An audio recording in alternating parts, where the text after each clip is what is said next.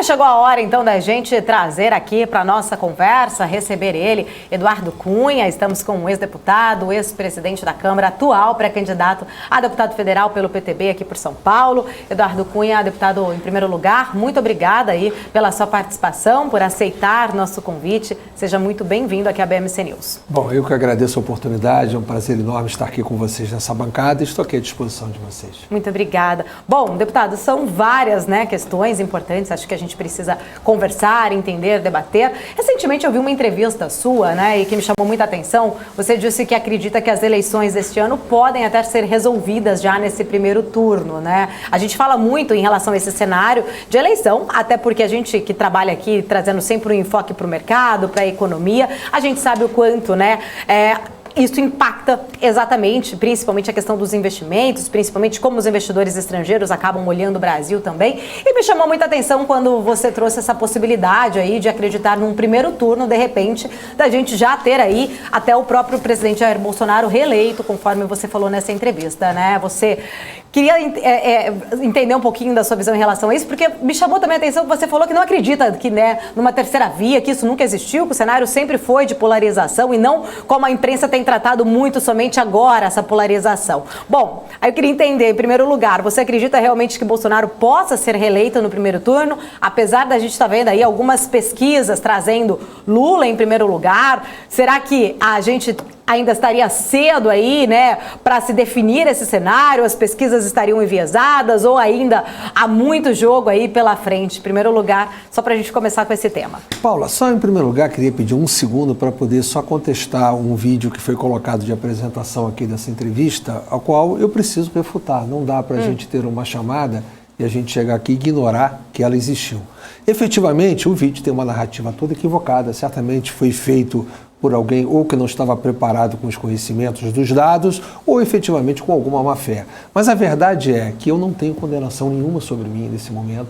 As condenações que me foram impostas pela Lava Jato foram anuladas pelo Supremo Tribunal Federal, pelo Tribunal Regional Federal, e efetivamente o meu processo de cassação da Câmara dos Deputados não teve absolutamente nada a ver com o motivo que foi colocado no vídeo. Eu estou à disposição para esclarecer, acho que ninguém pode fugir do debate, ninguém pode fugir de responder qualquer pergunta e eu estou sempre presente para responder tudo isso. Então é muito importante que a gente esclareça isso em respeito ao telespectador de vocês.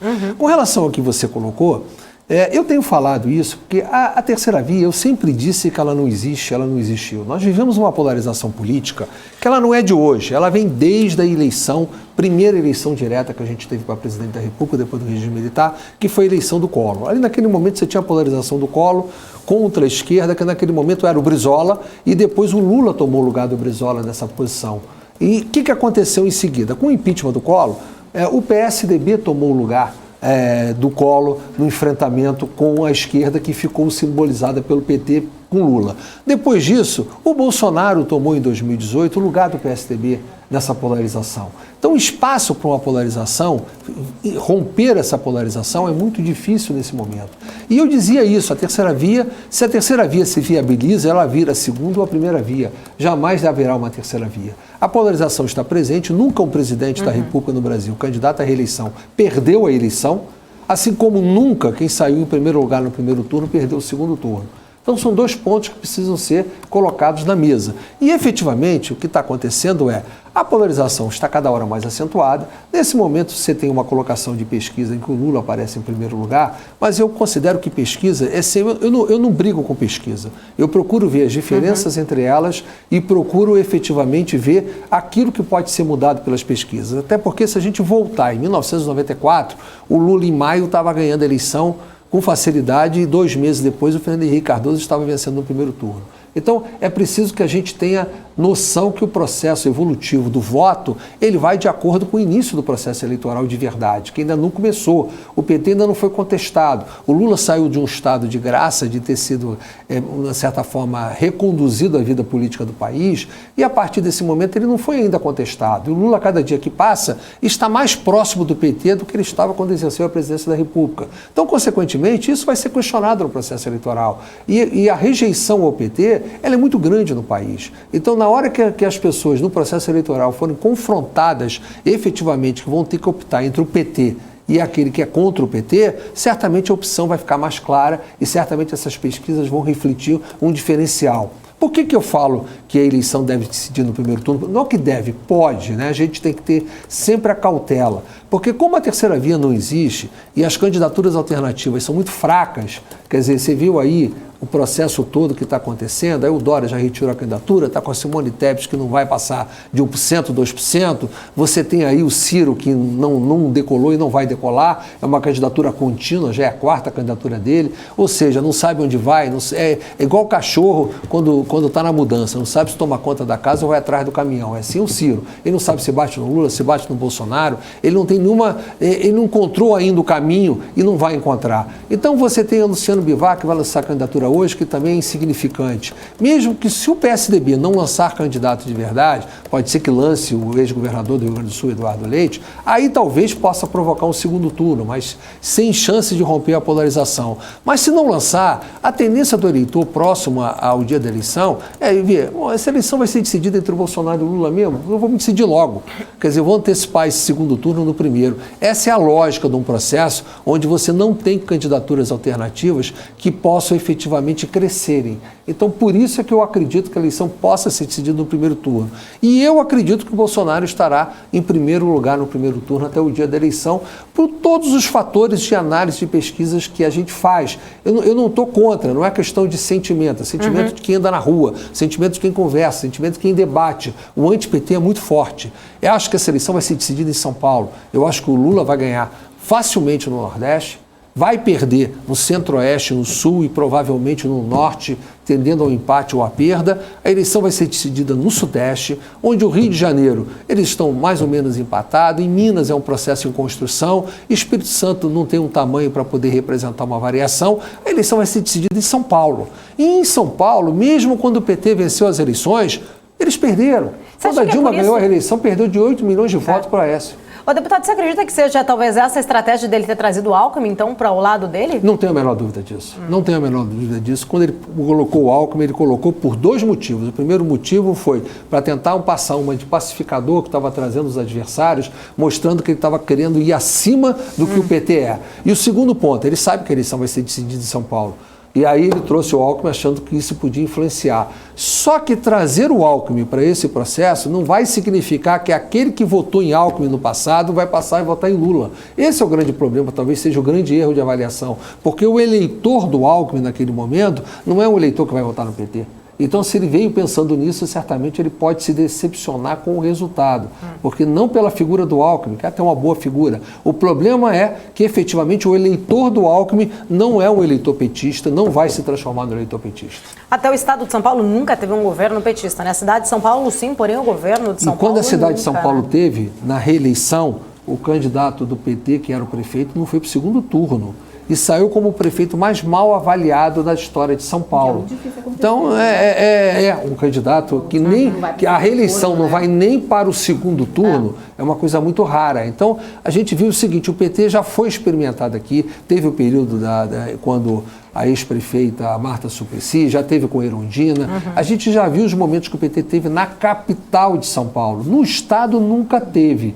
Então, o Estado, ele vem governado pelo PSDB praticamente todo o período das eleições, desde que combinou com as eleições presidenciais. E antes, mesmo que teve a eleição presidencial direta, era o PMDB com o Quércia e com o Fleury, e antes era o antigo PDS com o Paulo Maluf, que ainda foi em eleição direta. Então, nunca teve o PT como player dentro do governo estadual de São Paulo.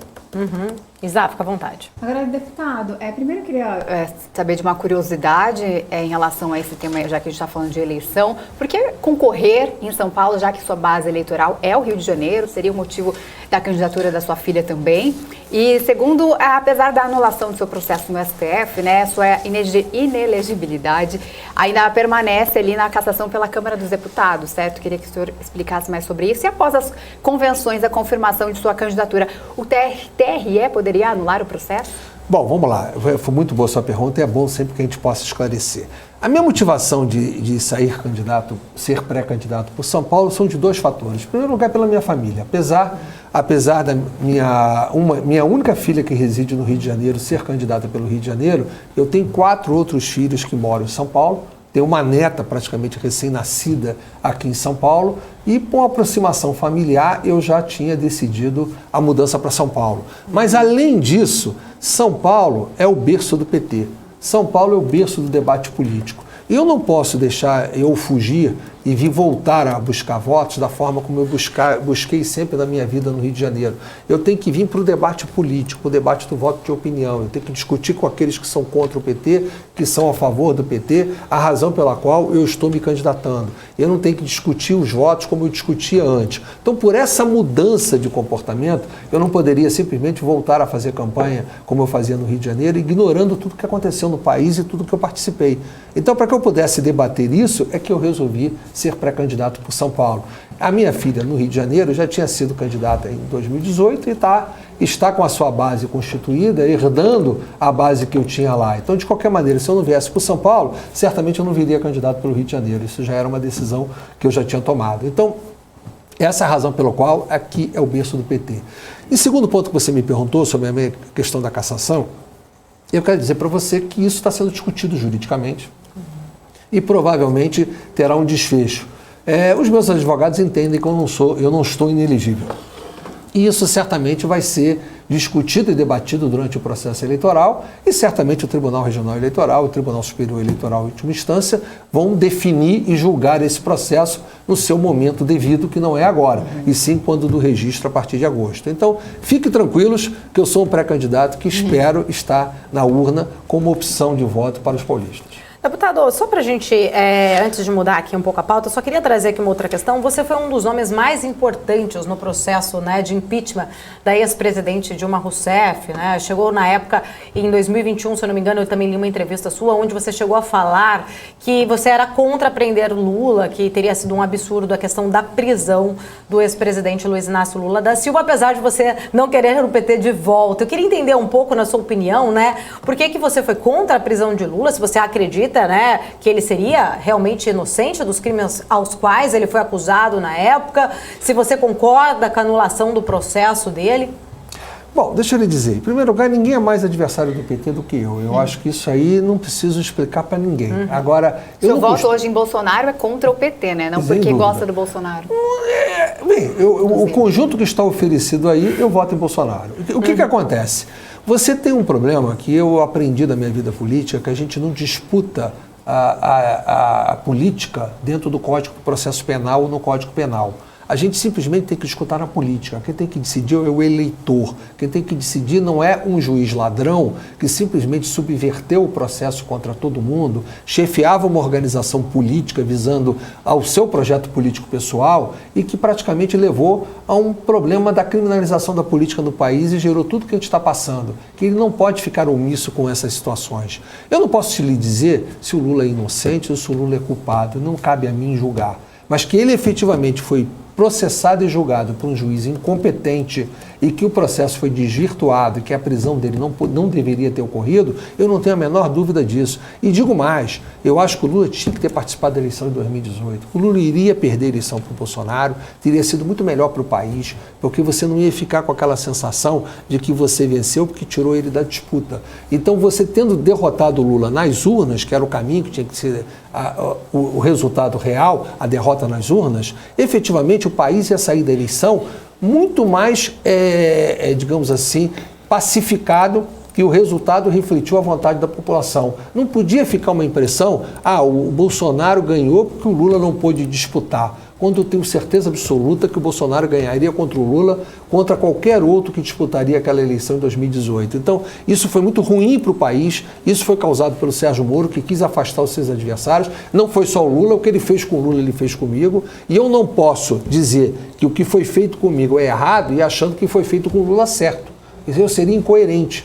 Então a gente tem que buscar a coerência de tudo aquilo que a gente faz na vida. Lula tem que ser combatido nas urnas. Se ele efetivamente tem alguma culpa em alguma das acusações que pesaram contra ele, que seja julgado, processado e julgado por um juiz competente dentro da ampla defesa e com todo o direito que ele possa ter de colocar os seus argumentos e não ser linchado como foi feito por Sérgio Moro naquele momento. Ô, deputado, você colocou um ponto aí muito importante, né, que você falou, né, que ele deveria ter ido para as urnas e ter perdido. Mas a sensação para a gente é que realmente o PT perdeu naquela eleição de 2018, até porque quando o Lula colocou a Dilma naquela eleição anteriormente, né, muita gente nem acreditava no nome da Dilma e ele fez a Dilma praticamente. Quando ele colocou o Haddad, se o PT estivesse muito forte popularmente, o Haddad poderia ter levado essa eleição. O Bolsonaro já não é uma prova de que o Brasil, quem venceu não foi o Bolsonaro, quem venceu foi o anti-PT naquela eleição de 2018? Por isso que eu digo que o Lula deveria ter disputado, porque justamente não importa se fosse o Haddad ou fosse ele disputando, ele ia perder do mesmo jeito, eu concordo com você, ele ia perder. Como ele ia perder, para que a gente tirar ele da urna? Para que a gente fazer uma história de uma prisão absurda para tirar ele do processo eleitoral? Não deveria ter sido feito isso. Ele deveria ter tido a oportunidade de disputar. Quando ele fez a Dilma, que aliás é uma coisa muito importante que a gente tem que colocar. A gente coloca o seguinte, o Lula fez um governo assim, a Dilma é quem errou. Quem é o culpado da existência da Dilma como presidente da República chama-se Lula. Quem indicou o Lula à sociedade, quem impôs o nome da Dilma como candidata a presidente e depois apoiou a sua eleição foi o Lula. Então o que a Dilma fez é responsabilidade dele. Não dá para dizer, vamos separar o Lula da Dilma. Não tem que separar. A Dilma é consequência do Lula. A incompetência da Dilma é consequência do que o Lula fez de errado. Então isso não pode ser escondido. Mas naquele momento o Lula era presidente da República, estava com índice de avaliação forte, ele pôs o nome da Dilma à sociedade e a elegeu. Então é completamente diferente agora em 2018, quando o PT saiu do processo, estava no meio do processo de desgaste, tinha sofrido um impeachment que eu realmente, como você tem razão, eu fui o autor principal, porque eu autorizei monocraticamente, que era o poder que me era concedido pela Constituição e pelo regimento interno, de autorizar a abertura do processo de impeachment contra Dilma.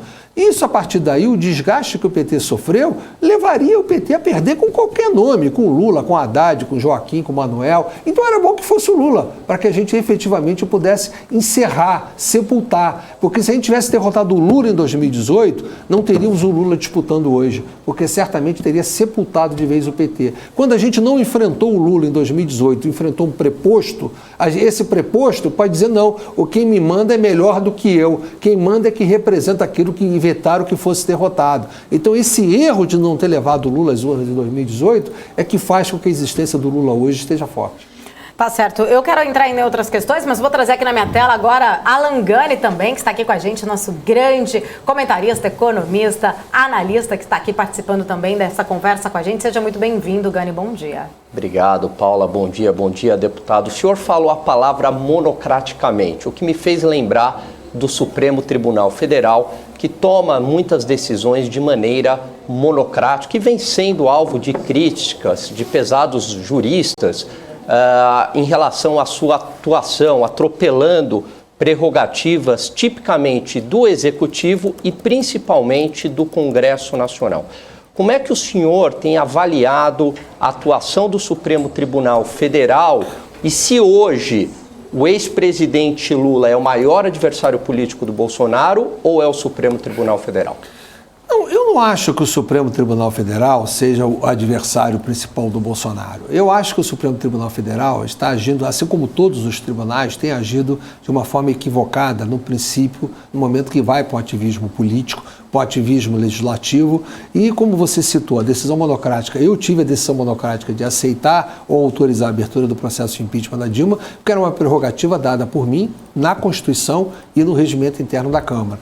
Mas nem eu concordava muito, eu escrevi no meu livro que eu acho que nós temos que mudar isso. Não pode ser o presidente da Câmara, monocraticamente, que deva autorizar uma abertura de processo de impeachment. Tem que ser submetido ao plenário da Casa. O que acontece com o Supremo Tribunal Federal? As decisões monocráticas dos ministros do Supremo têm mudado políticas públicas, impostas políticas públicas, interrompido a tramitação de leis. Por exemplo, o juiz de garantias, que está há 2 anos aprovado pelo Congresso, está parado por um pedido na gaveta de um ministro do Supremo, porque ele efetivamente não levou para o plenário e deu uma liminar para suspender. E assim tem vários exemplos. A culpa do Supremo estar assim também é um pouco da culpa dos políticos, Porque o judiciário ele só age se é provocado. E quem provoca o judiciário? Quem provoca, na sua maioria das vezes, para tentar contestar decisões, seja do Poder Executivo, seja do Poder Legislativo, é o próprio Legislativo. Alguns personagens que efetivamente perdem nas votações ou não têm as suas teses prevalecentes,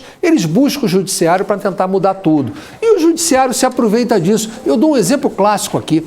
O ministro Luiz Roberto Barroso, no julgamento de um habeas corpus pela liberdade de uma mulher que praticou um aborto ilegal, ele tentou legalizar o aborto até 3 meses de gestação no voto dele de um habeas corpus.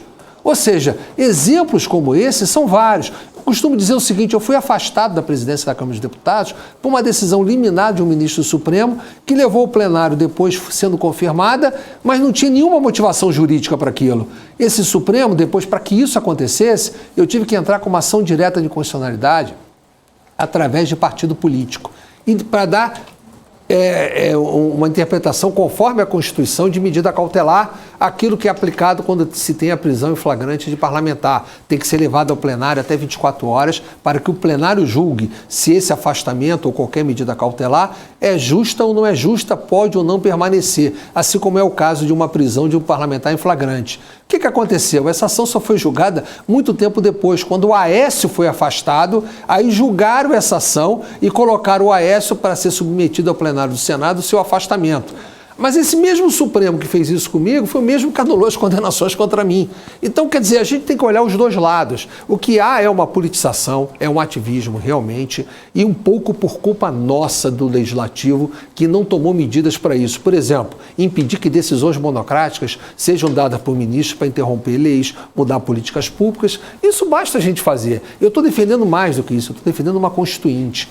Eu escrevi sobre isso. Eu acho que a gente está quase que com uma ruptura institucional disfarçada, porque se fala que as constituintes são feitas quando você tem rupturas. Só que nós não estamos numa ruptura plena, quando teve um regime militar, depois com o fim do regime militar, quando teve com o Estado Novo. Porque se você olhar e pesquisar as constituições antigas do Brasil, você vai ver que em 1934, na Constituição, tinha um artigo que dizia que o Supremo não poderia interferir sobre política. Se você comparar com a Corte Constitucional Italiana, você vai verificar que lá não se pode se meter em política. Até uma discussão que teve na Suprema Corte Italiana sobre a legalização dos casais homoafetivos, eles decidiram não decidir e mandaram para que o parlamento decidisse. Essa é a forma que tem que se dar. Quem tem que decidir é o parlamento, nunca o judiciário. O judiciário hoje, se você vai na Praça dos Três Poderes, você tem lá o simbolismo, o Congresso está no meio, o judiciário está de um lado, o executivo está do outro lado. Hoje você vai na Praça dos Três Poderes, na verdade quem tem que estar no centro é o judiciário, porque ele que se tornou o poder mais importante. Nós perdemos a harmonia dos poderes, perdemos a independência dos poderes, mais do que a própria harmonia, que o que dá harmonia é a independência.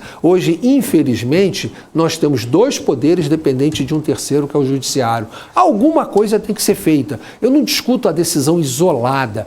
Isso é tudo dentro de um contexto que nós estamos vivendo hoje que precisa mudar. O ativismo tem que acabar, nós temos que impedir as decisões monocráticas e nós temos que impedir que os próprios políticos busquem no judiciário aquilo que eles perdem no legislativo. Deputado, por que o Congresso é passivo? Então, em relação a essa postura da STF, por que a gente viu o Lira indo, protocolar lá no próprio STF um pedido para saber como agir no caso do Daniel Silveira, se deveria ser cassado ou não primeiro, que seria primeiro dentro do Legislativo para depois ir para o Judiciário? Isso foi muito criticado por muitos juristas, que mostrou uma sobreposição do STF. Por que o Congresso é passivo? Por que não reage? É rabo preso? Não, eu não acho que seja questão de rabo preso, não. Eu acho que o Congresso tem e vai acabar reagindo de alguma forma, mas o problema é que é o próprio Congresso que faz isso. O que eu quero dizer, que eu estava dizendo aqui, é que muitos integrantes do Congresso é que buscam o Judiciário para contestar as decisões do próprio Congresso. E isso acaba enfraquecendo a própria situação. O que nós temos que impedir é que isso seja tratado pelo Judiciário de questões políticas. Você citou o caso específico. A gente não precisa fazer nada, é só voltar para trás. Tem um exemplo clássico aí, o deputado Natan Donatão.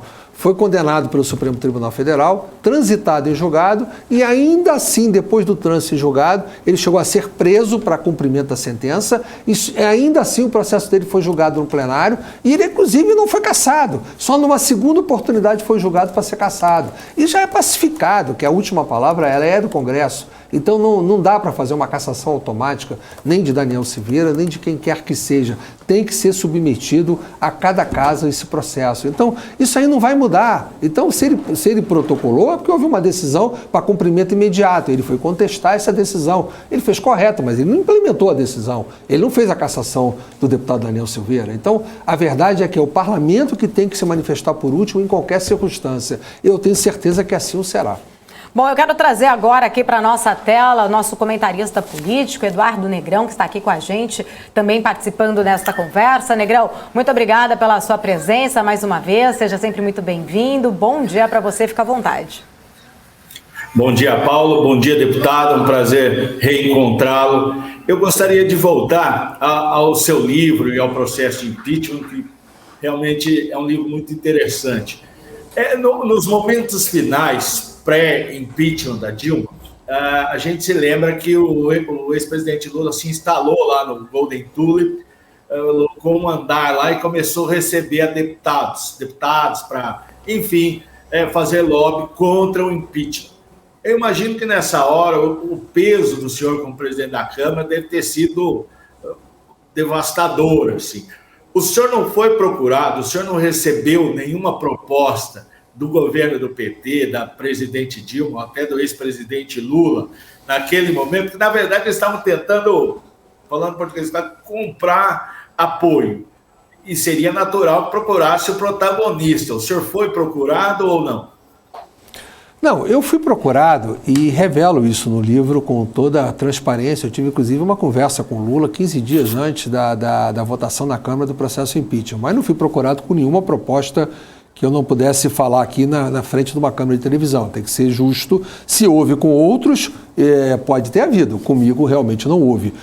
Fui procurado numa discussão política, a qual eu mostrei a ele tudo que estava ocorrendo e que não tinha mais jeito, que eu diria que o impeachment seria aprovado de qualquer maneira. Não havia nada que eles pudessem fazer para impedir isso. Isso eu relato com todos os detalhes no livro dessa conversa, onde, inclusive, eu assisti o ex-presidente Lula manifestar o seu arrependimento por ter permitido que Dilma Rousseff se candidatasse à reeleição, que teria sido o maior erro da vida dele, o que ele está correto. Se realmente ele tivesse sido ele o candidato no lugar de Dilma na reeleição, talvez o desfecho tivesse sido outro. Isso eu sou obrigado a concordar, porque ele não iria agir tão erraticamente como a Dilma agiu. Mas que deve ou pode ter havido tudo quanto é tentativa, não tenho a menor dúvida que houve. Só que comigo diretamente não. Houve comigo somente conversa de natureza política.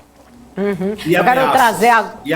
Perdão, pode falar. As ameaças, eu relato também no livro, as ameaças, elas existiam e eram ameaças subliminares, né? Eram ameaças que a gente recebia de várias naturezas, até de formas anônimas que chegavam no conhecimento da segurança. O nível de ameaça era tão grande que eu relato no livro uma coisa bastante interessante, que eu nunca vi pouca gente explorar isso. Na verdade, o impeachment já estava decidido muito tempo antes. Eu relato no livro por que eu escolhi e fiz naquela data que foi feita, porque naquele dia estava sendo votado o PLN da Dilma no Congresso Nacional, que se aquela votação fosse concluída e fosse sancionado, perderia as razões jurídicas da abertura do processo impeachment. É essa a razão que eu fiz naquele dia. Mas ele já estava decidido um pouco tempo antes. Eu diria o seguinte, o impeachment eu autorizei a abertura no dia 2 de dezembro.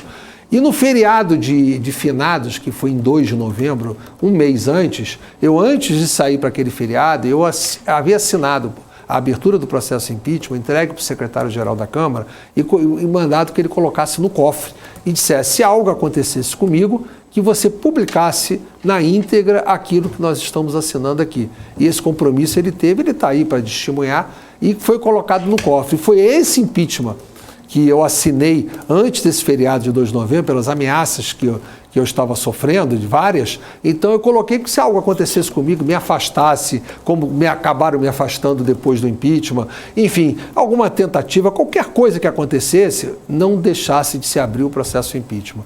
Isso eu coloquei no livro com muito detalhe, mas eu não vi exploração disso pela mídia ainda, desse fato, que é um fato que eu entendo como um dos mais relevantes de todo aquele processo, que inclusive rebate aquela crítica de que eu teria aberto o processo de impeachment apenas por causa de uma discussão, de uma briga com o PT dentro da disputa do Conselho de Ética. Eu já estava com ele assinado muito tempo antes, no cofre da Câmara dos Deputados. Então, isso responde muito, e como eu tenho o testemunho do secretário-geral da mesa para poder corroborar isso que eu estou falando, coube a ele a guarda desse processo de impeachment assinado, a gente com isso rebate muitas das leivosias, das acusações que foram feitas do oportunismo da abertura do processo de impeachment. Deputado, só para complementar, você sempre já ouvi falando que sempre foi vítima de uma grande armação política, né? Que isso que acabou acontecendo com você foi uma grande armação. Seria reflexos, então, desse encabeçamento aí sobre o impeachment da ex-presidente Dilma? Paulo, eu não tenho a menor dúvida disso. Isso não tem criança aqui para entender que o que aconteceu. O impeachment foi aberto, autorizado e votado na Câmara por mais de 2/3 dos parlamentares no dia 17 de abril. Em menos de 15 dias eu estava afastado da presidência da Câmara com uma ação que ingressou numa terça-feira um parlamentar do PT e que efetivamente assinado pelos advogados que faziam parte do ex-escritório do ministro Barroso, e essa ação, entrada numa terça-feira à tarde, foi pautada para ser votada pelo plenário na quinta-feira. Na quinta-feira, sem que o relator tivesse pedido a pauta. O relator era o ministro Marco Aurélio. E aí o ministro Teori Zavascki simplesmente havia um pedido de afastamento meu feito pelo Procurador-Geral da República 6 meses atrás. E aí ele simplesmente levou uma liminar antes da votação dessa ação. Então é uma coisa assim absurda o que aconteceu em 48 horas. É claro que aquilo foi uma reação do sistema que estava ligado ao PT, para ministros nomeados pelo PT no Supremo Tribunal Federal naquele momento, os parlamentares, enfim, foi uma reação. E você sabe qual era o motivo da ação? É porque, por ser real, eu não podia ocupar a presidência da República. Então, consequentemente, eu era, com o afastamento da Dilma, eu era o vice-presidente da República naquele momento. Só que essa ação, acabou sendo julgada 6 meses depois, para afastar Renan Calheiros. E Renan Calheiros não cumpriu a decisão como presidente do Senado, e aí foi julgado pelo plenário do Supremo, que decidiu o seguinte: não, ele não pode ser afastado da presidência do Senado, ele simplesmente não assume a presidência da República na vacância, mas ele continua em presidência do Senado. E essa decisão que deveria ter sido dada para mim, mas infelizmente a decisão foi me afastar da presidência da Câmara. Então, são coisas absurdas que aconteceram, que foram consequências do processo do impeachment. E depois, obviamente, quando me afastaram, a cassação do meu mandato era uma coisa fácil de acontecer, porque eu não podia nem entrar na Câmara, como é que eu podia me defender? Como é que eu ia evitar um processo de cassação fora da presidência da Câmara, fora do mandato de deputado e simplesmente fora das dependências da Câmara para poder falar com quem quer que seja? Tudo isso foi um processo. E a consequência de depois da minha cassação da prisão é exatamente a mesma. Todo mundo sabia que era isso que ia acontecer. Então eles queriam, e o Moro fazia muito isso. Ele dava entrevista pública dizendo o seguinte: não, eu não sou parcial, eu sou imparcial, porque eu tenho o PT aqui, mas eu tenho o maior adversário do PT, que é o ex-presidente da Câmara. Isso então não é um processo político? Se isso não é, eu não sei mais o que é. Bom, falando em processo político, vamos direto a Brasília, agora com a Kelly Cali, nossa repórter, que está lá em Brasília, também tem perguntas aqui para o deputado. Fica à vontade, Kelly. Muito bom dia. Oi, Paula, bom dia de novo. Bom dia a todos que acompanham a BMC News. Presidente, muito bom dia. Eu tenho 2 questionamentos de temas diferentes para o senhor, tá? Queria começar pelo PTB. Queria saber quando é que o senhor vai se tornar presidente do PTB, como é que estão essas conversas. Queria saber, dentro dessa discussão ainda sobre presidência do PTB, né? Como é que está também aí essa possível candidatura do senador Collor, né? Que deve concorrer a um mandato, né, de deputado ali, também pelo PTB. E por fim, ainda sobre aí, pegando carona no PTB, se o senhor tem a intenção de, uma vez sendo eleito, né, para a próxima legislatura, se candidatar aí para, de repente, substituir o Arthur Lira a partir das próximas eleições para a presidência da Câmara. Bom, vamos lá. Bom, em primeiro lugar, deixar muito claro, eu não tenho a menor pretensão, não existe a menor discussão de eu ser presidente do PTB, e eu, na minha vida política, eu nunca disputei cargo de comando partidário, eu nunca exerci comando partidário, não é a minha praia, e eu não gosto disso e não pretendo fazer, não só no PTB, como em nenhum partido. Então, essa hipótese de eu ser presidente do PTB, ela é zero, não passa pela minha cabeça, nunca passou e não está em discussão. Com relação ao senador presidente Fernando Collor, a disputa dele está no mesmo partido, é muito bem-vinda. Ele tem uma eleição dificultosa em Alagoas para renovar o mandato de senador. Talvez ele venha deputado. Se vier, vai ser uma grande contribuição para a Câmara, um excelente quadro que foi vítima, esse sim, de um processo de impeachment naquele momento discutível. Então, é bom que ele possa, digamos, vir para a Câmara dos Deputados, se for essa a melhor maneira dele continuar no Parlamento. Com relação a uma possível disputa minha de novo à presidência na Câmara, eu quero dizer o seguinte, uma eleição de presidente da Câmara não é uma eleição igual uma eleição que a gente busca voto do eleitorado, é uma eleição entre iguais, entre pares. É uma eleição política, que ela tem que ser construída. É muito difícil eu voltar para a Câmara e achar que cheguei na Câmara e vou ser presidente da Câmara. Essa hipótese, as coisas não funcionam desse jeito, é preciso tempo. É quase que como um reinício. Eu vou voltar, provavelmente 70% dos parlamentares que vão estar na legislatura seguinte não estavam no momento em que eu fui presidente da Câmara. Então, é uma coisa que o tempo vai construir. A minha intenção nesse primeiro momento é apoiar a reeleição do Arthur Lira, né, no primeiro momento, no primeiro biênio, que ele tem direito a essa reeleição. E eu acho que o Arthur é um quadro excelente e dentro do contexto que a casa está vivendo hoje, a condução dele, na minha opinião, está correta. Então, eu o apoiarei. Esse é meu posicionamento pessoal com relação à eleição da presidência da Câmara na minha chegada, se porventura minha pré-candidatura se constituir na candidatura e se o povo de São Paulo me permitir essa representação. Tá certo. Eu quero trazer agora... O Kelly, respondido, acho que a Kelly... Só para voltar ali com a Kelly, respondido, né, Kelly? Sim, eu tinha só mais uma perguntinha. O presidente é muito sério e eu acho que ele vai responder muito rápido, muito pontualmente. O senhor é conhecido como o rei do regimento aqui, né, durante o tempo em que foi presidente da casa, né? A gente conversa com muitas fontes da oposição, fonte da base, fonte do centro, enfim, mas todos têm um pensamento comum. O fato é que o senhor sabia mexer no regimento como ninguém. Então, queria saber se o senhor se auto-reconhece como um rei do regimento interno da Câmara dos Deputados, alguém que sabia usá-lo ali a seu favor, né, sobretudo para passar as pautas, e também como é que o senhor avalia a condução do atual presidente Arthur Lira com relação a esse regimento também. Bom, em primeiro lugar, rei, ninguém é rei, né? Então, eu tinha um conhecimento porque eu estudava. Claro que, por exemplo, o regimento foi mudado agora, durante a gestão do Arthur Lira, e até mudou em favor da condução dos trabalhos. Foi uma medida muito inteligente. Por exemplo, só um exemplo que eu lhe dou. Ele consegue abrir uma votação nominal enquanto os partidos estão ainda orientando. Na minha época, isso não era possível. Eu tinha que aguardar todo o fim das orientações para abrir um painel para uma votação. Isso ganha muito tempo. Então, efetivamente, o Arthur tem provado que ele soube mexer no regimento para facilitar os trabalhos da casa. Então, regimento é igual lei, a mesma coisa. Elas vão sendo aprimoradas, vão sendo, digamos assim, reinterpretadas. Eu acho que ele está se conduzindo muito bem. Eu tinha um bom conhecimento e ainda tenho um bom conhecimento e espero continuar tendo no exercício. Isso facilita muito a atuação parlamentar, mas eu diria que um parlamentar que quer se dispor dentro da casa sem conhecer o regimento, ele perde muito a sua eficácia de trabalho. Eu não usava a meu favor, eu usava a favor da verdade. Isso é que era o mais importante. Tá certo. Bom, agora eu quero ir com a Isabela Takaki, que tem uma outra questão aqui, novamente de volta aqui com o deputado. Fica à vontade de usar. Deputado, já que a Kelly citou, né, que o senhor é um bom conhecedor ali, principalmente da chamada velha política, né? Inclusive, o presidente Jair Bolsonaro dizia que ia comandar o país, tentar não entrar nessa velha política, o tomar nada cá, enfim.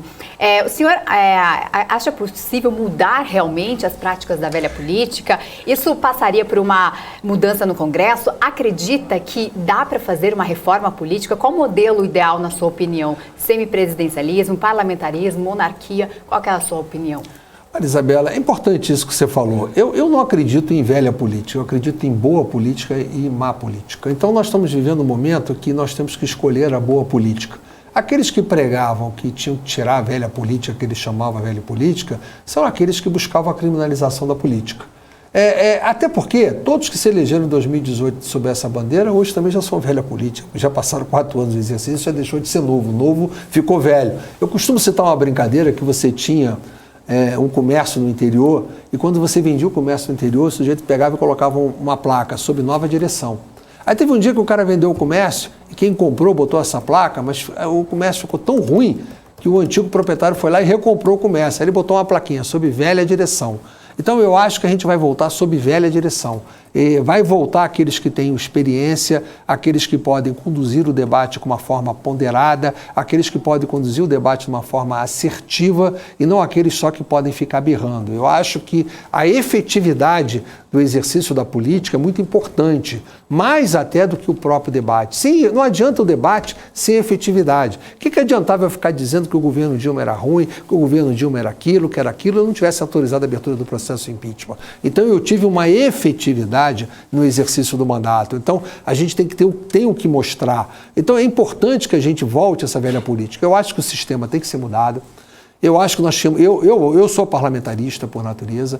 Eu acho que o parlamentarismo que deveria ser implementado no Brasil. Eu falo muito na discussão do semipresidencialismo, mas, na verdade, eu falo muito isso no meu livro, que o livro vem desde a proclamação da República. Eu trato de todas as eleições. Nós fizemos uma Constituição parlamentarista que, pela disputa política naquele momento, se optou pelo presidencialismo.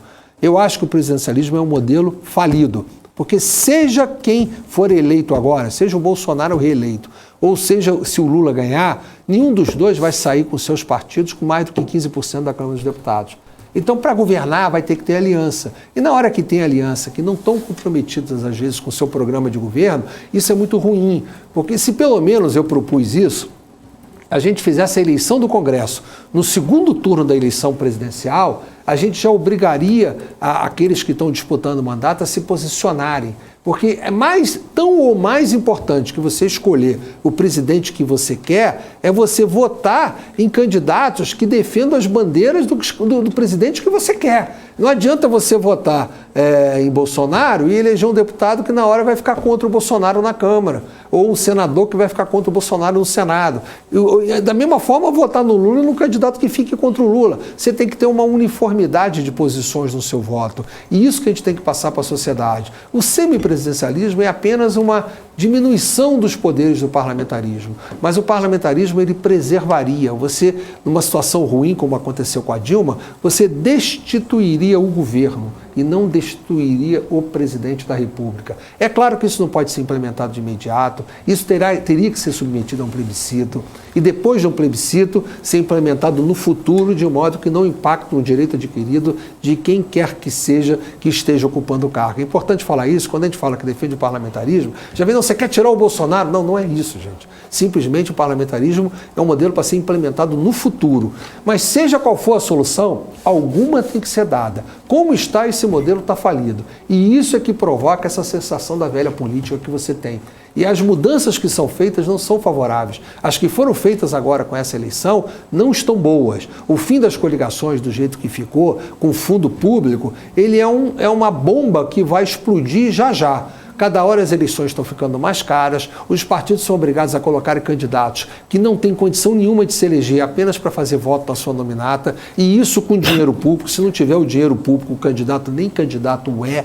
Então a gente está vivendo um momento que é uma deturpação do processo político. Eu era favorável ao voto do distritão. O que é o distritão? São Paulo elege 70 deputados federais. Os 70 mais votados estão eleitos, independente do partido. Isso o eleitor entende. Quem ganhou, quem teve mais voto. Do jeito que está hoje, você vota no Tiririca e elege o Manelzinho. É assim que é a situação que está hoje.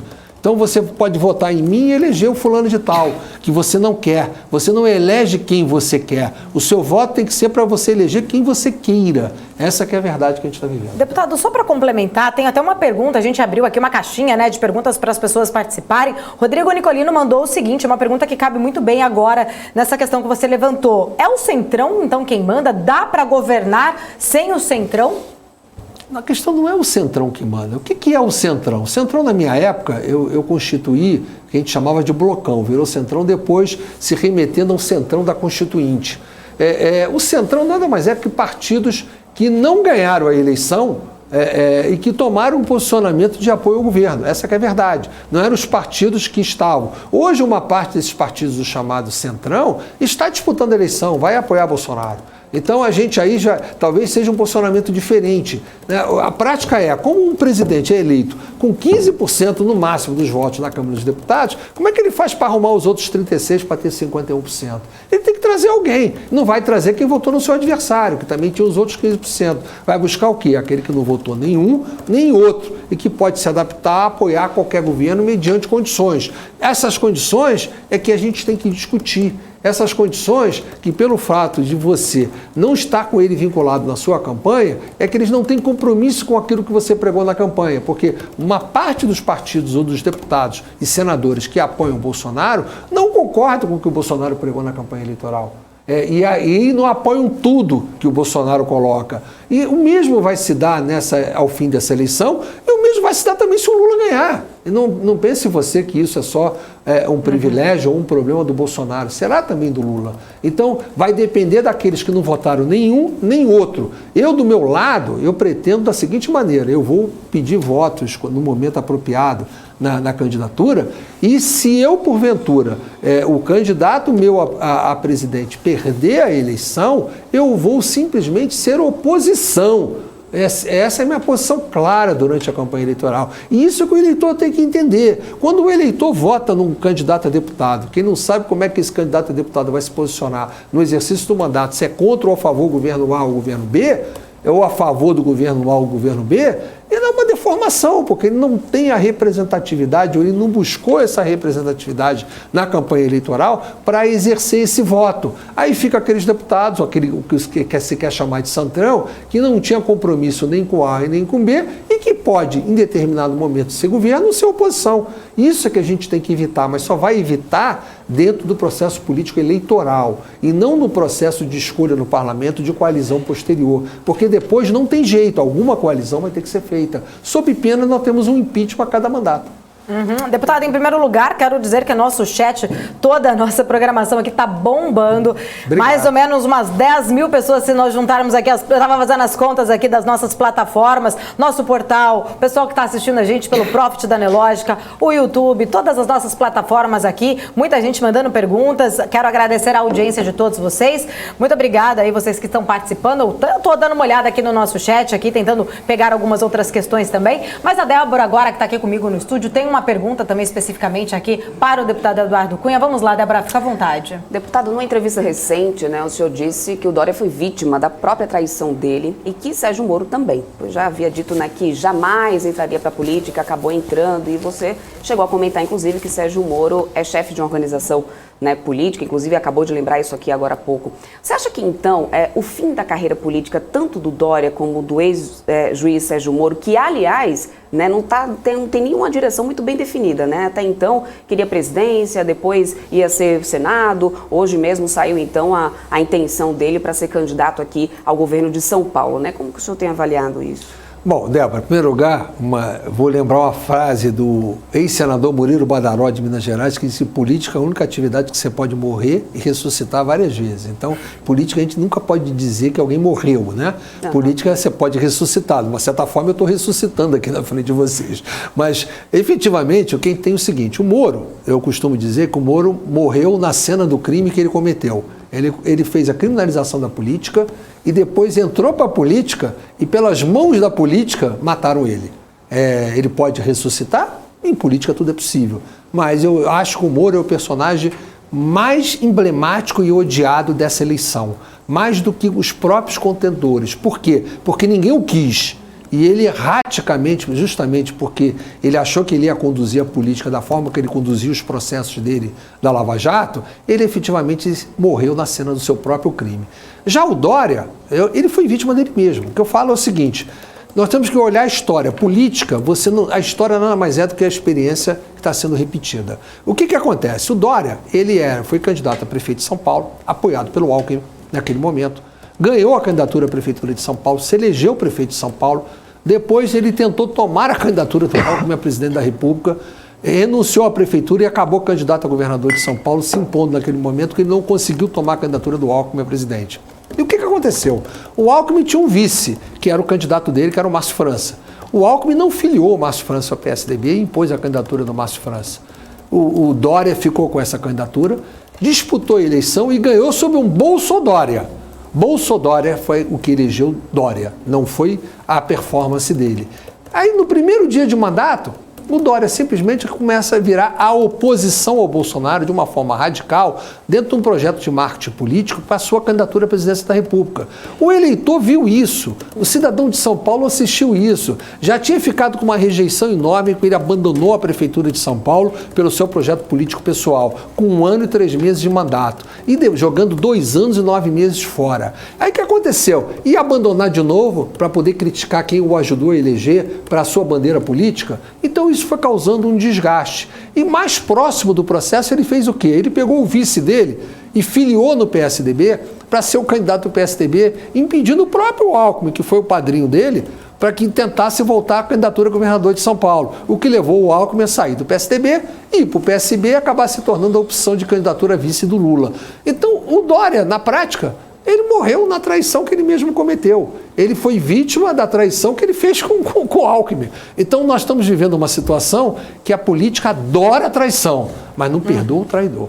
Então, na minha opinião, o Dória, ele virou, dentro da política, o traidor perante a classe política, mas também virou perante o eleitor o traidor das convicções, porque ele simplesmente sempre buscava o seu projeto político próprio em detrimento dos votos que ele pediu para ocupar os cargos que ocupou. Então são situações políticas distintas, mas que estão tendo o mesmo fim. Agora, se podem ressuscitar, em política, tudo é possível. Bom, quero trazer de volta aqui Eduardo Negrão. Tem mais uma pergunta, última pergunta aqui para o deputado. Fica à vontade, Eduardo Negrão. Deputado, primeiro queria parabenizá-lo, que a nossa audiência está explodindo, né? Nós jornalistas aqui estamos nos estapeando aqui para ter uma oportunidade para falar com o senhor. Tem uma fila de espera nas perguntas aqui. É verdade. Tem o chat, eu estou até olhando aqui. Nos bastidores aqui está um UFC aqui, mas tudo bem. Deputado, nessa sua mudança do Rio para São Paulo, eu queria que o senhor me dissesse, especialmente relativo ao interior de São Paulo, o senhor tem rodado, teve em Ribeirão, teve em Campinas, em Sorocaba, quais as diferenças que o senhor nota em relação ao interior do estado do Rio, né? E também fizesse uma rápida avaliação da corrida para governador. O senhor já falou sobre a corrida presidencial, mas a questão do Haddad, o Tarcísio e as chances de cada um, até a possibilidade, né, do imprevisível Moro ser candidato a governador pela União. Bom, falando primeiro das diferenças do interior do Rio de Janeiro para o interior de São Paulo, eu não tenho a menor dúvida que o interior de São Paulo é muito mais robusto do que o interior do Rio de Janeiro, né? O interior do Rio de Janeiro é mais provinciano, é menor, ele é economicamente mais fraco, populacionalmente é menos concentrado do que é de São Paulo. Então, o interior do Rio de Janeiro ainda precisa crescer muito para ficar perto do interior de São Paulo. Com relação à disputa para o governo do Estado, Negrão, aqui a gente vê um processo que está acontecendo aqui em São Paulo, aquilo que está acontecendo a nível nacional, embora o PSDB tente evitar isso. A polarização nacional, ela está e provavelmente será refletida no Estado de São Paulo, como pode acontecer em outros estados do país. O desafio dos candidatos a governadores em todo o Brasil vai ser tentar evitar a polarização àqueles que não estão vinculados à polarização. E quem está vinculado à polarização vai ter que enfrentá-la, vai ter que estar dentro dela, senão vão perder as eleições. Eu acho que certamente o candidato do PT deverá estar no segundo turno. O Haddad, aquele que nós já falamos aqui, que foi prefeito de São Paulo e que na reeleição ele não conseguiu ir para o segundo turno, mas ele vai para o segundo turno da eleição do governo do Estado e, na minha opinião, perderá para qualquer outro que estiver no segundo turno, seja quem for. Acho que a tendência hoje é que essa polarização se repita e que o Haddad vá enfrentar o candidato do Bolsonaro em São Paulo.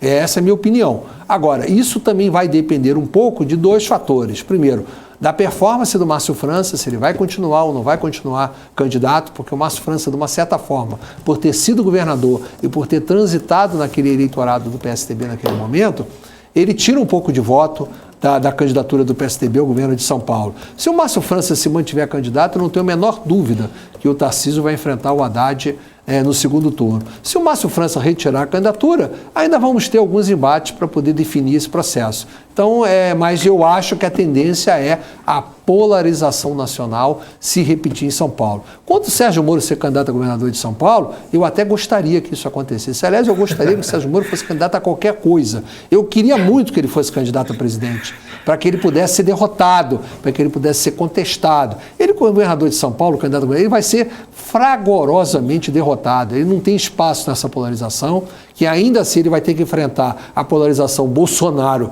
e Lula, e vai ter que enfrentar também o poder do próprio PSDB no estado de São Paulo. Então a chance dele andar é mínima, é nula, é quase que nula.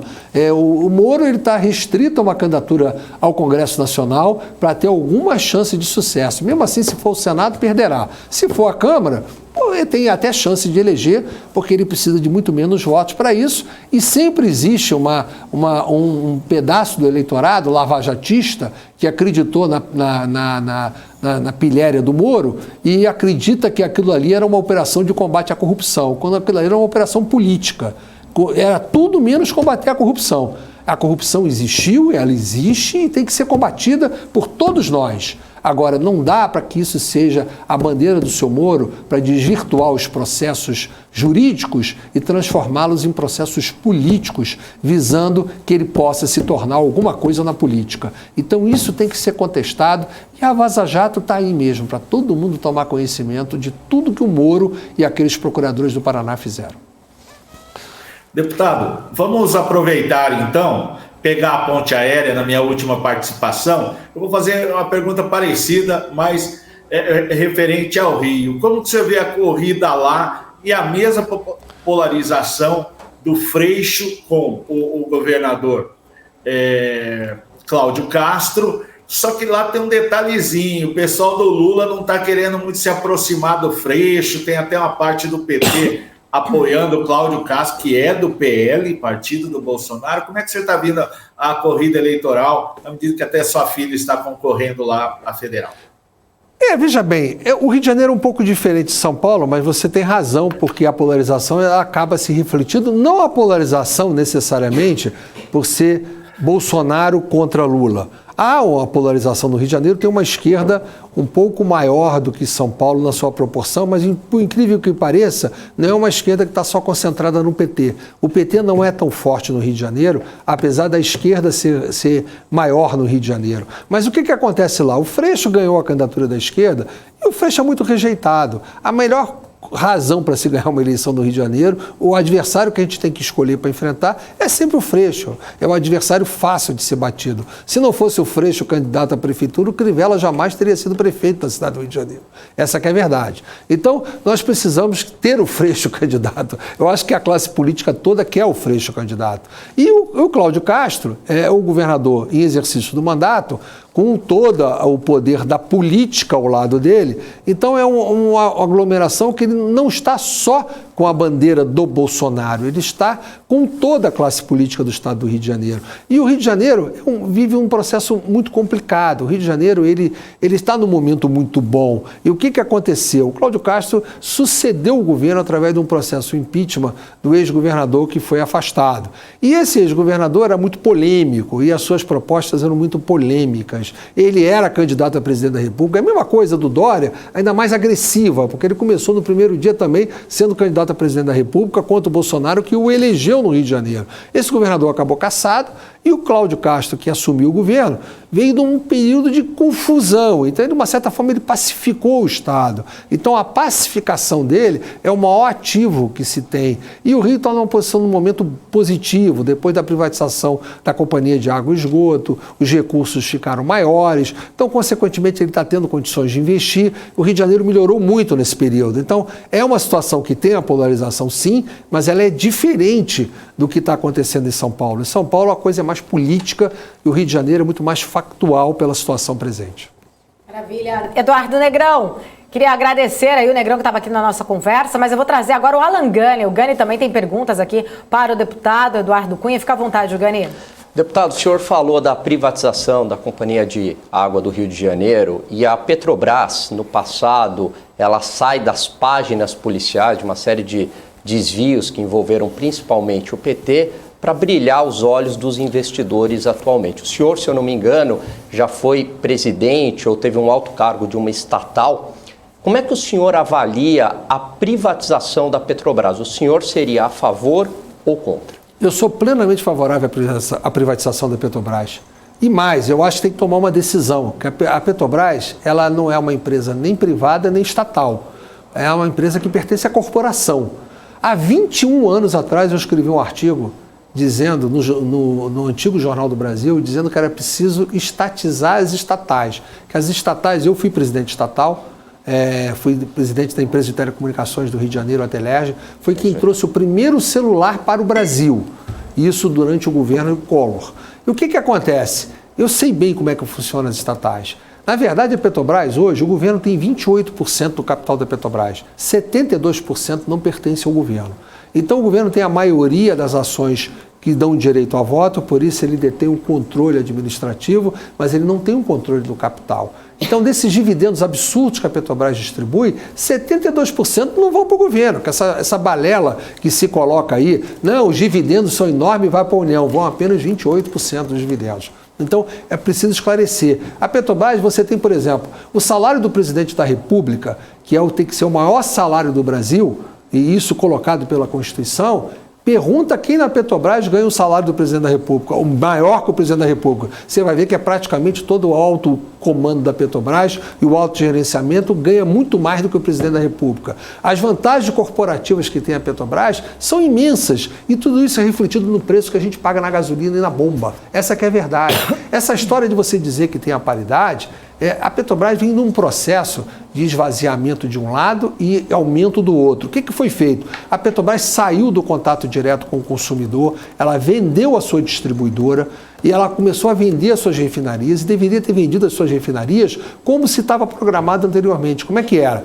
Eu vendo a refinaria para a refinaria processar o meu petróleo. Então eu entrego o petróleo, pago o preço justo pelo refino e depois eu recebo o derivado. A Petrobras vendeu simplesmente a refinaria e jogou no mercado. Ela fornece petróleo para a refinaria. Então, tudo isso para quê? Para não dizer que pode alterar o preço e que não pode segurar o preço. Você veja bem, eles falam que o câmbio influencia a Petrobras. Se você pegar o relatório do primeiro trimestre de 2022 da Petrobras, você vai ver que a Petrobras exportou 760 mil barris por dia, 27% da sua produção. No entanto, ela importou 75 mil barris de diesel e 21 mil barris de gasolina. Ou seja, ela exportou quase 8 vezes o que ela importou em tamanho de barris. Como é que o câmbio prejudicou a importação do derivado? Então, nós precisamos colocar aqui a Petrobras no seu devido lugar. A Petrobras tem que ser uma empresa rentável, mas não dá para ter o lucro que ela está tendo. Ela não pode impor. As pessoas têm que entender, nós estamos vivendo um momento que você chega na casa de uma pessoa humilde, numa periferia, ninguém tem dinheiro para comprar um botijão de gás e a comida, vai fazer cozinha a lenha, porque não tem dinheiro para pagar um botijão de gás. Não dá para a gente impor essa situação. E o governo tem que resolver de uma forma ou de outra, seja impondo algum tipo de situação, ou seja criando um fundo. O que não dá é a Petrobras. Ela ganha na exportação 760 mil barris por dia e na importação ela quer botar a conta para a gente. Então é preciso que a gente mude essa situação, que a gente debata essa situação e encontre uma solução. Privatizar a Petrobras é a melhor coisa do mundo que nós podíamos fazer. E aí nós pegamos esse dinheiro e colocamos no fundo justamente para a estabilização dos preços. Ou então vamos estatizar a Petrobras, porque do jeito que está, ela não é nem privada nem estatal. Ela é uma corporação, ou como se dizer, uma nação nem tão amiga, porque ela parece quase com um poder absoluto que ela tem sobre o país. E o que é pior, você está vendo aqui o candidato de oposição ao Bolsonaro dizendo que vai mexer nos preços.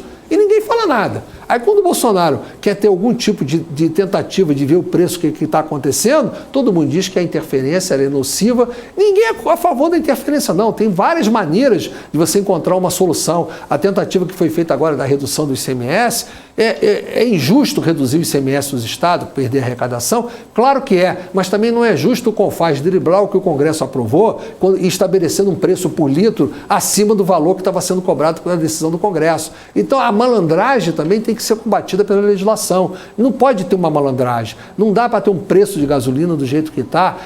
Uma simples sugestão já mudava o conceito de todo mundo. Coloca no posto de gasolina o preço da refinaria e o preço que você está pagando para você ver a diferença e você ver onde fica o dinheiro. É importante a gente debater isso tudo. Não dá para a Petrobras ficar do jeito que está. Alguma coisa tem que ser feita. Ou privatiza ou estatiza. Deputado, o senhor falou que o ex-juiz Sérgio Moro, né, liderava uma organização política e os processos não tinham validade, enfim. Em relação aos escândalos de corrupção na Petrobras, o que o senhor acha que ali, de fato, eles ocorreram? Não, eu não disse em nenhum momento, eu registrei aqui, que não possa ter havido corrupção. Evidentemente que houve. Só que ela tem que ser combatida dentro do devido processo legal, pelo juiz competente com amplo direito de defesa. O que não dá é o seguinte, é o sujeito prender uma pessoa como se fosse um sequestro e o resgate tem que ser uma delação. Isso aconteceu. Quebraram-se empresas que acabaram virando delatoras para tirar suas pessoas da cadeia. As pessoas saíam da cadeia, recebiam proposta, você sai da cadeia se fizer delação. E como você tinha execução de pena em segunda instância, e como aquilo era um tribunal de exceção de toda a cadeia no Paraná, o que acontecia? O cara sabia que ia ficar preso mesmo, então ele, só tem uma maneira de sair da cadeia, eu tenho que ir lá fazer o que eles querem, falar o que eles estão pedindo para falar e sair. E eles iam lá, isso eu vi, isso ninguém me falou não, eles buscavam as pessoas e diziam o que tinham que fazer para poder sair da cadeia. Então, isso é uma coisa que tem que ser combatida. Não dá para ter, isso não é o devido processo legal. Não dá para a pessoa... Quantas pessoas fizeram delação e foram assim, você só vai ter delação aceita se falar do Eduardo Cunha. Eu te dou pelo menos 5 nomes aqui. Então, o que acontece com isso? Acontece que não tem processo dessa forma correta. Claro que a gente tem que combater a corrupção, claro que a corrupção houve. Ninguém está querendo tapar o sol com a peneira. E poderia ser combatida do mesmo jeito, mas que seja combatida pelo juiz competente, dentro do devido processo legal, respeitando as regras, as leis e a Constituição do Brasil. Ô, deputado, antes de eu trazer a Débora aqui, só para a gente complementar essa questão, talvez esse problema todo da Petrobras, ele não exista por conta aí desse monopólio por parte da Petrobras? Se realmente privatizar, né, a gente poderia, de repente, diminuir todas essas questões emblemáticas que envolvem a Petrobras? Olha, na prática você tem um monopólio público, que o monopólio privado ele é pior que o monopólio público. Isso não é a pior coisa que você pode ter é o monopólio privado, é pior que o monopólio público. Mas hoje a Petrobras está atuando para que não seja monopolista. Ela, na verdade, e ela já não é tão monopolista assim hoje, porque você já tem produção feita de campos do pré-sal, que são feitas por empresas privadas, embora a maior parte ainda associada à própria Petrobras. Você colocou o refino, de uma certa forma, nas mãos. A Petrobras, por exemplo, no primeiro trimestre desse ano 2022, vendeu 200 mil barris por dia para uma refinaria que ele privatizou em novembro do ano passado, que é a refinaria lá de Mataribe, se eu não me engano. Então, é preciso que a gente discuta esse regramento, até a própria concessão do pré-sal, até a remuneração, a gente tem que discutir isso tudo. Mas a Petrobras está assim naquela meia fase, ela ainda não é 100% monopolista, mas também nós não temos um mercado competitivo. Nós estamos vivendo um mercado ainda um pouco dúbio. A Petrobras está saindo sim do monopolismo e vai sair mais se você conseguir fazer mais licitações, fazer mais concessões, ter mais produções que não obrigue que a Petrobras seja sócia, que o livre mercado possa efetivamente fazê-lo como era no regime de concessão. A Petrobras ela ficou com um direito colocado nessa lei do pré-sal que obriga que cada licitação ela tenha que participar. Então isso, de uma certa forma, é uma manutenção da corporação. A gente precisa esclarecer isso. Ela é uma empresa de petróleo, tem que ser uma empresa de petróleo, ela é uma empresa da cadeia produtiva, porque ela era monopolista. Como monopolista, ela tinha que ter a cadeia produtiva toda. Ela não deixou de ser monopolista total ainda, mas ao mesmo tempo já se desfez de toda a cadeia. Então ficou um vácuo aí que a gente precisa esclarecer e precisa resolver.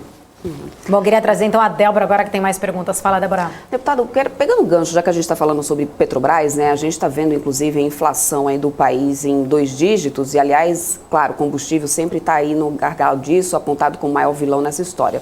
Aí eu quero trazer uma pergunta aqui de uma telespectadora nossa aqui no nosso portal, a Natália Zagari, que ela pergunta como que o senhor vê, inclusive, o futuro da economia do nosso país, tanto se o Bolsonaro for eleito ou quanto se o Lula também for eleito. E aí eu quero complementar até essa pergunta da nossa telespectadora aqui no nosso portal, né, trazendo um pouco essa questão da inflação, porque o que a gente vê muito hoje, claro, é essa culpa recaindo sobre o presidente Jair Bolsonaro, né, porque no final das contas, pelo cargo dele, ele acaba sendo ali o grande vilão também nessa história, recebendo toda essa culpa. Então, pela sua formação, né, como que o senhor analisa esse cenário econômico e também como o senhor vê esse futuro, né, da economia do país nessas duas situações, Bolsonaro ou Lula? E só para complementar, ela ainda fala que é a visão do economista além do político. Por isso eu ressaltei aí a formação, né, do senhor. Obrigado. Ressaltando a sua formação. Débora, deixa eu te falar. Nós estamos vivendo um momento de uma inflação que ela é mundial. A gente sabe que a inflação ela não está só no Brasil. Você está nos Estados Unidos com a inflação de 7%, 8%. Nós estamos com uma inflação maior, porque nós já tínhamos uma inflação. Vamos dizer o seguinte, o agregado que a gente tinha do que a inflação que está tendo no momento virou a inflação que nós temos hoje. É claro que o processo é mundial, claro que o aumento de combustível não está se dando só no Brasil, está se dando no mundo inteiro.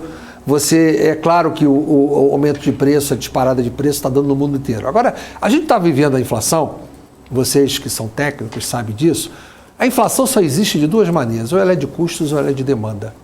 O que é inflação? Inflação não é alta de preço, inflação é alta continuada de preço. Alta de preço não é inflação, é simplesmente correção. A alta continuada é que significa inflação. Então a gente está tendo uma alta continuada de preço com uma inflação de demanda e de custos juntos. Uma coisa que é muito raro de acontecer. O que a inflação de demanda está acontecendo hoje? Está acontecendo porque, pelos lockdowns que aconteceram na pandemia, simplesmente uma parte da produção mundial, dependente da China, que estava em lockdown na sua maior cidade até agora há pouco tempo, simplesmente não está tendo essa produção atendida no mundo. Por exemplo, semicondutores para veículos. Os veículos estão paralisados a sua produção ou diminuídas em todo o mundo. Está faltando container para poder transportar mercadoria. Tudo isso advém da crise da China. É uma inflação de demanda que, na medida que você não tem a oferta dos produtos, os preços sobem. Aí vem a inflação de custos. Na medida em que você tem produtos que fazem parte da produção, que estão aumentando os seus preços por causa da inflação de demanda, você também passa a ter uma inflação de custos e está sendo contínua. A gente tem que combater isso, não há a menor dúvida disso. Como é que vai se resolver isso? Por exemplo, o mundo inteiro hoje está investindo em fábricas de semicondutores para não depender da China. E o que vai acontecer com muitos dos processos de produção do mundo inteiro? É uma coisa muito complexa. Você perguntou, o que vai acontecer se o Lula ganhar a eleição? Eu acho que vai ser um desastre, porque vai haver um populismo na economia, que ele vai achar que vai resolver do jeito que resolvia no período dele, não vai resolver, porque naquele momento o que ele fez? Era crédito consignado para aposentado se endividar, com juro elevado, para aumentar o consumo, crédito para empresas subsidiada para criar os campeões nacionais, que criou meliantes como a JBS, empresas corruptas, que se fizeram às custas do dinheiro público subsidiado e se transformaram em monstros. Não é para isso que o dinheiro público tem que ser utilizado. Então, e mais, vou revogar a reforma trabalhista. O que é revogar a reforma trabalhista? É aumentar o custo das empresas.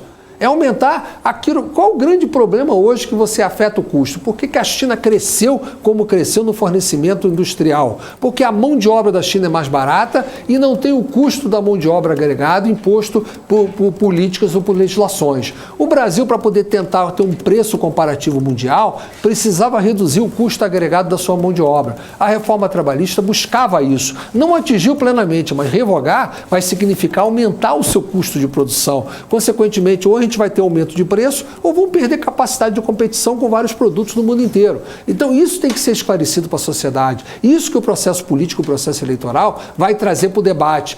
Provavelmente vai querer dar mais direitos, aumentar mais custo público. A política do PT a gente já conhece. Então isso não fará bem para o combate à inflação. Simplesmente vai fazer aumentar as expectativas inflacionárias. O PT anuncia, por exemplo, que o Lula falou claramente, se privatizar a Eletrobras e a Petrobras, eu vou revogar a privatização. Então a gente tem uma privatização da Eletrobras aqui para o mês que vem, onde está se anunciando que a ação é R$ 44,00 em média que deve sair, o investidor vai pagar R$ 44,00 achando que o Lula pode revogar, se acha que ele vai ganhar a eleição e ele vai receber de volta esses 44, não vai receber? É claro que isso afeta a expectativa do preço e vai reduzir aquilo que vai entrar no caixa. Põe em dúvida aquilo que está sendo vendido, coisa que o Lula não fez nem isso no seu primeiro mandato, porque ele dizia que ia honrar contrato. Hoje ele já está dizendo que não vai honrar contrato. Você pode vender a Eletrobras que eu vou tomá-la de volta. Então, esse o PT vai vir no processo eleitoral, esse é o PT que vai vir se ganhar a eleição. E isso afeta os investidores, afeta o investimento, afeta o processo. A gente sabe que a perspectiva da vitória do PT vai elevar o câmbio num certo momento. Esse dólar vai chegar no período eleitoral, vai crescer. Não que o dólar cresça por política, o dólar é fluxo. Mas o que vai afetar é que a expectativa da vitória do PT vai fazer correr muito dinheiro. Então o fluxo vai ficar negativo e a moeda vai acabar subindo no período eleitoral. Então, provavelmente vai ser uma pressão inflacionária maior nesse período e mais, vai impactar também de novo o preço do combustível, porque eles não vão se preocupar com os 760 mil barris que vendem, e sim com os 90 que compram. Então, vão querer corrigir o câmbio. Então, nós temos uma série de fatores que só a possível vinda do PT já causa arrepios dentro de certos setores da economia. As pessoas podem dizer, não, a gente já conhece o PT governou, no fim não aconteceu nada. Não, não é bem assim. O PT hoje, o Lula, está muito mais petista do que ele foi no período que ele foi presidente da República. Então ele vai governar com o PT. Eu volto a dar esse exemplo. Nunca ouvi isso no primeiro governo do Lula, nem no próprio governo da Dilma, que é reverter uma privatização que fosse feita. Isso é um absurdo. Quer dizer, a gente vai fazer um leilão de 30 bilhões de reais que vai ser colocado em dúvida por aquele que pode ganhar as eleições daqui a 4 meses. Então, são situações como essa que a gente tem que evitar. Tá certo. Eu queria trazer, então, a Isa agora, que tem aqui mais uma questão, e eu prometo, deputado, que depois a minha será a última para encerrar, mas vamos lá, Isabela Tacaki. Eu ia fazer uma outra pergunta, mas só para emendar o seu finalzinho da resposta, deputado, o senhor falou em relação ao Lula, que como ele deve comandar, então seria mais um Lula raiz que deve comandar, um Lula do primeiro ou segundo mandato que deve comandar caso vença as eleições. E depois eu queria emendar uma outra pergunta em relação também ao seu processo de cassação também, mas queria que o senhor respondesse essa, depois queria para mim a última. Eu não sei se o Lula raiz, como se diz, o PT raiz, é que vai governar. Mas tem dado declarações raiz, mas o que está aparecendo no processo eleitoral se ele vai governar conforme ele está pregando nas eleições, será isso. Se ele vai cometer um estelionato eleitoral, pregar uma coisa e fazer outra, só o tempo vai dizer se porventura ele ganhar. Então, eu não posso afirmar que vai. Agora, eu nunca vi em 2002 ele dizer que ia reverter uma privatização. Eu nunca vi ele dizer que era a favor do aborto. Eu nunca vi ele defender... eu vi um vídeo ontem, ele estava defendendo, pedindo voto para o candidato da esquerda da Colômbia na disputa do domingo passado. Então, a gente está vendo aqui situações que eles estão, o Lula está cada dia mais petista. Tá? Por quê? Porque o PT tem torcida. Assim como o Bolsonaro tem torcida, o PT tem torcida. Ele está jogando para a torcida dele. Só que ele tem que entender que ele vai governar para todos os brasileiros. Se quem vai governar para todos os brasileiros não pode jogar só para a sua torcida. Da mesma forma que o Bolsonaro também vai governar para todos, governa e pode continuar governando para todos os brasileiros, ele tem que falar para todos os brasileiros que podem ser governados por eles, não só para a torcida. Então isso é muito importante, mostra o equilíbrio, mostra tudo. Eu estou vendo que essa polarização do Lula levou o Lula muito mais para o lado que ele nunca foi no exercício da sua presidência, e nem, vou fazer essa ressalva, nem na Dilma isso aconteceu. A Dilma fez intervenções enormes, mas fez não revogando o que tinha. Ela, por exemplo, arrebentou o setor elétrico com aquela medida provisória 579, que criou um caos que nós estamos pagando até hoje. Então, essa confusão que foi feita pela Dilma, certamente vai voltar, porque se você está dizendo que vai reverter a privatização da Eletrobras, quem vai pagar essa conta? Quem vai pagar somos nós. E não pense você que a gente paga de outra forma que não seja na conta de luz. Porque tudo que a Dilma fez de errado naquele momento, nós pagamos na conta de luz. O que o Lula for fazer de errado com relação ao setor elétrico, nós vamos pagar de novo na conta de luz. Só para, agora voltando ao assunto da sua cassação, deputado, eu queria tirar essa dúvida. Na sua cassação em 2016, foi um dos processos mais longos da história no Legislativo, 11 meses, placar de 450 favoráveis, 10 contra e 9 abstenções, Foi um placar bem grande. Aqui o senhor atribui esse elevado placar. O senhor guarda mágoas de alguém ou deste processo, já que o senhor tinha muitos aliados e o placar foi tão alto? Bom, em primeiro lugar é o seguinte, o processo mais longo que você está dizendo, se você pegar processos que estão hoje em andamento, tem processo que levou 9 meses para sair da presidência da Câmara e para o Conselho de Ética. O meu saiu em 5 dias, mandado por mim mesmo. Então, só essa diferença já não pode dizer maior, porque você está posicionando maior do que iniciou no Conselho de Ética, tem que ser maior do que entrou na casa. Então, naquele momento eu não podia passar de 5 dias, senão o mundo caía na minha cabeça. Então eu mesmo fiz questão de colocar.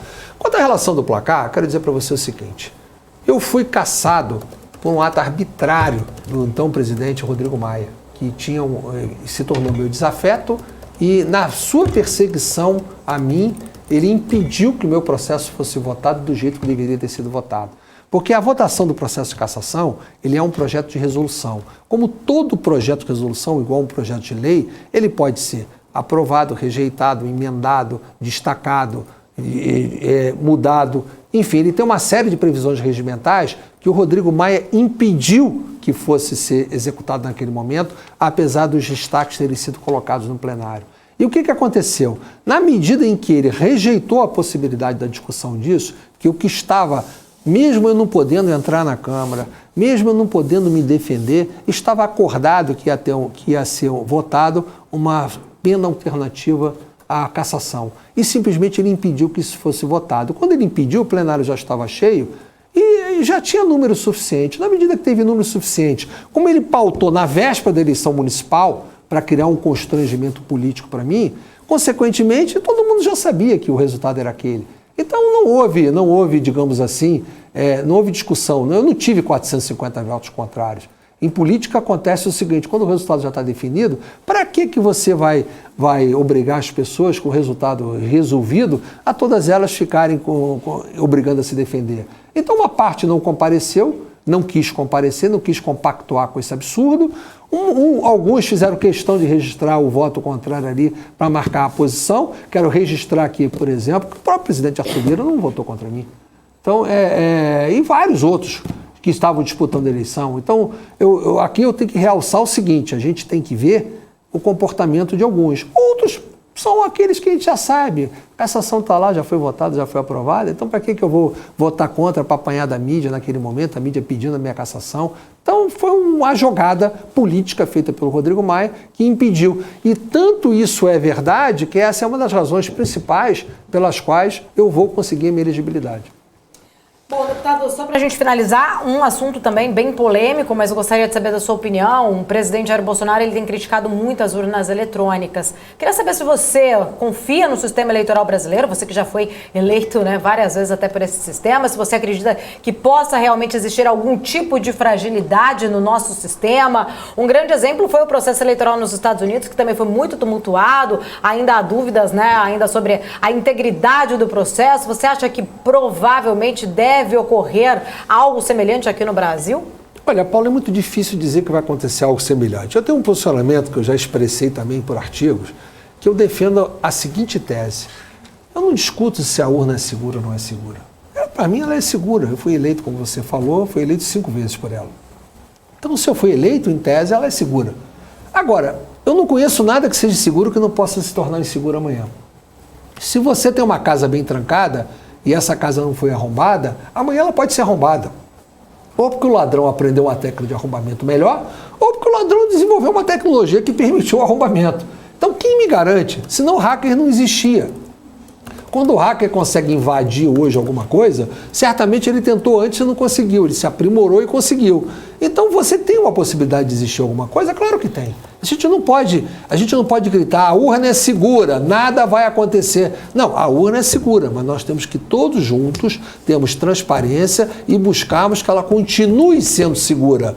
Então nós temos que fazer todo o possível para evitar que possa existir alguma forma de violar a segurança das urnas. Então eu sou extremamente favorável a qualquer forma de controle, a qualquer forma que a gente possa aprimorar e a toda a transparência sobre esse processo, independente ou não de ser seguro até o dia de hoje. Eu queria só trazer o Gani aqui para a nossa conversa, só para a gente fechar, né, exatamente essa conversa, até porque, Gani, eu estava assistindo o Portfólio Global desta semana, inclusive esse foi um tema bem importante que vocês estavam conversando ali com um especialista, né, na área cibernética, e ele trouxe alguns pontos aí até de hackeamento, né, de fragilidade. Não sei se você tiver alguma questão que você gostaria de fechar esse assunto aqui com o deputado, fique à vontade. Não, indo ao encontro do que o deputado Eduardo Cunha disse, o Carlos Rutz, se eu não me engano, o sobrenome dele, ele disse que sistemas complexos nos Estados Unidos, empresas de alta tecnologia, o próprio Pentágono, a NASA, já foi invadido. Então, O ponto aí é que o sistema eleitoral ele é vulnerável, como qualquer sistema é vulnerável, e a gente tem que tomar aí todas as medidas possíveis para evitar essa vulnerabilidade. Você tem alguma última pergunta? Tenho. Fica à vontade. Obrigado. A eleição de 2018, deputado, já mostrou que a terceira via foi um fracasso naquela própria eleição. Ao meu ver, não foi só um antipetismo, porque havia outros candidatos que não eram vinculados ao PT, identificados até como direita, como o caso do Amoedo, como o caso do Meirelles, e tiveram uma votação inexpressiva. Você não acha que há também uma onda conservadora no país que explique a eleição do Jair Bolsonaro em 2018? E como é que está essa onda conservadora no atual momento? Bom, eu já tinha falado aqui que o Bolsonaro havia tomado a via do lado da direita do PSDB. Porque o PSDB pode falar o que for, mas ele disputou pela viés da direita. O que acontece é que a gente tem uma coisa nesse Brasil que está mudando, e mudou com o Bolsonaro, que é o seguinte: antigamente você falava ideologia, só era ideologia quem era de esquerda. Quem não é de esquerda ou é oportunista, ou é fascista, ou é qualquer coisa menos de direita. Hoje, pelo menos, você está tendo um debate sobre uma posição ideológica de direita sem só estereotipar com algum tipo de situação que não corresponde à definição. Então, a gente agora tem isso com mais clareza. E quem efetivamente exerce o campo da direita é conservador.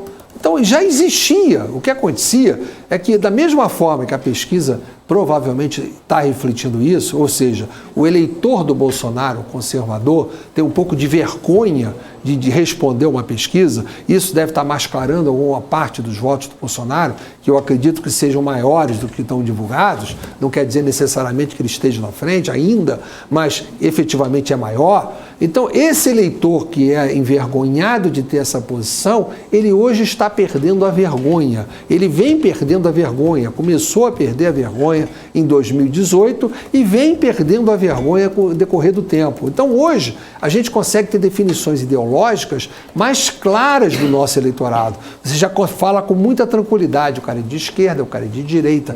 Antes de falar isso, eu vi hoje uma entrevista aqui do prefeito de Belo Horizonte, querendo fugir disso, não me veio falar de esquerda e de direita. Não, tem que falar sim, porque tem esquerda e tem direita, ele tem que ser um lado. Se ele quer ser os dois, ele não vai conseguir ser. Ele vai ter que ter um posicionamento. Essa história que esquerda e direita é sinal de trânsito, é via de rua, isso acabou. Nós temos efetivamente muito claro que existe ideologia no Brasil e essa ideologia vai ficando a cada dia mais perene para todo eleitorado na medida que o processo eleitoral vai se aprimorando e vai se desenvolvendo. Então, tem sim um crescimento do eleitorado conservador. Eu nem sei se é o crescimento do eleitorado. Tem sim o crescimento do aparecimento do eleitorado conservador, de perder a vergonha de dizer que é conservador. Tá certo. Bom, deputado, eu quero agradecer a sua participação. Ficamos aqui, um longo período, mas eram várias questões importantes. Muito obrigada pelo seu tempo, sua disponibilidade. Seja sempre muito bem-vindo aqui à BMC News. Muito obrigado a vocês pela oportunidade. Estou às ordens.